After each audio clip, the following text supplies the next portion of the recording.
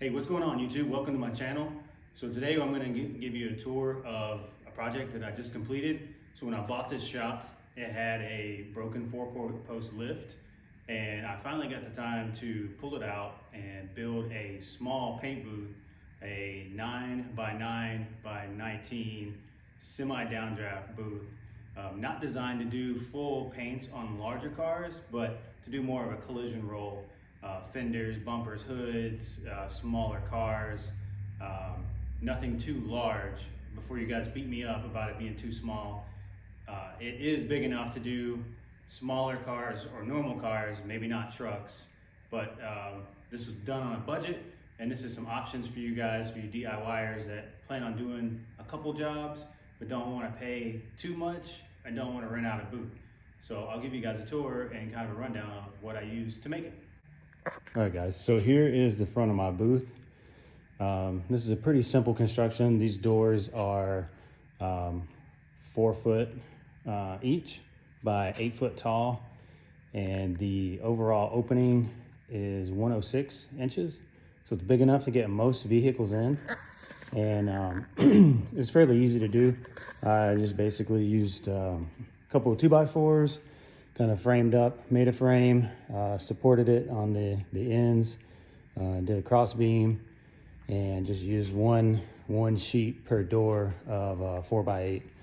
And then this is just some simple hardware from Home Depot, some handles, a latch, and down here, just something to keep it closed, keep pressure on it, and make sure I got a good seal. So in between here, I used some sealing ducts. So I use on the outside and the inside, so it gives it a nice seal along with the top. So typically when you're doing construction, the studs are located every 16 inches, but trying to save some money on a budget, I just put these where I needed them. Used 88 2x4s total to build this.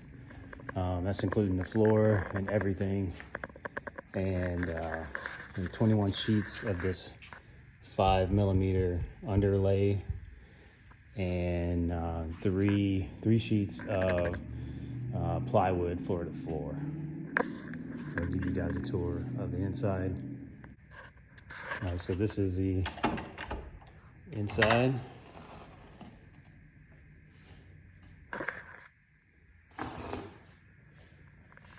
I have a sealer up there, so the doors are completely sealed off. I just threw a little bit of white paint that I had laying around just to kind of coat it, because it is going to get a lot of overspray, and just to brighten it up a little bit. I wasn't really too worried about it being too pretty. I just need something that's sealed off, that I can keep the bugs and the trash and everything out of there, and can vent out the overspray. So I decided to put the fresh air intakes on the ceiling for 2 reasons. One, if I do decide to do a truck or something long, I can have these doors open and I can pull it in there and then just plastic off the extra. And the second reason is so I can pump fresh air from the top. So I left enough room that I can put fans or some type of forced air to blow down in here to force it out. So this is a semi downdraft setup. Downdraft would be optimal, but on about a $1,500 budget, it is not practical. So the reason I left the ramps instead of taking them out, they're too heavy. So I had no choice but to leave them. I spaced them out more, and so the ramps will hold the weight of whatever vehicle's in here. And then the floor I built is just really for me to walk on. It won't be a load-bearing floor for the most part, but it is supported up. I have 2x4s running across and long ways, supporting this plywood, and then I have the ramps that go down here. I will show you what those look like. All right, so these are the ramps. These are the original off of the actual lift. So this will be how the car gets up, and then I can easily just pull these out and close the door, seal it back off. All right, so as we come in here, these are 5mm 4x8 sheets of underlay that I used for the walls, for the ceiling. Pretty much everything up here that's white is 5mm. I chose to use that, one, because it's cheap, and two, I just need, like I said earlier, to seal an area off. So this was the cheapest option, and I ended up using 500 screws and 700 framing nails to build this entire thing. So these lights I got off Amazon. They're roughly maybe $80 for a set. So they're 4-foot sections, and they come with six lights, and you can link them together. Overall, this gives me 24 feet of LED lights, and there's 6,000 K rating. So it's very bright in here. Initially, I was gonna put 1 or 2 on the walls. Ended up just putting them all on the ceiling, and pretty happy with how bright it is. It beats what I was painting in before, which was a pop-up tent with plastic and 2 box fans. So this is my current setup, and I will show you the setup for the exhaust fan next. All right, so this is my exhaust fan. It's an 18-inch gable fan with aluminum shutters, and it's completely sealed off. I built a little ramp kind of going up, sealed everything off. I'm using 20 by 20 by 1 furnace filters right now. I went 20 by 20 so I could use actual paint booth filters. I just don't have any at the moment, so I'm going to test them out with these furnace filters and then switch over to the actual paint booth radiate filters. So this is the back side of it. So this is the little box that I built, and then these are the shutters. Still got to figure out how I'm gonna exhaust this down to go out the door. This is pretty easy setup, didn't take me too long. Basically just boxed it off, sealed it up, and it's ready to go.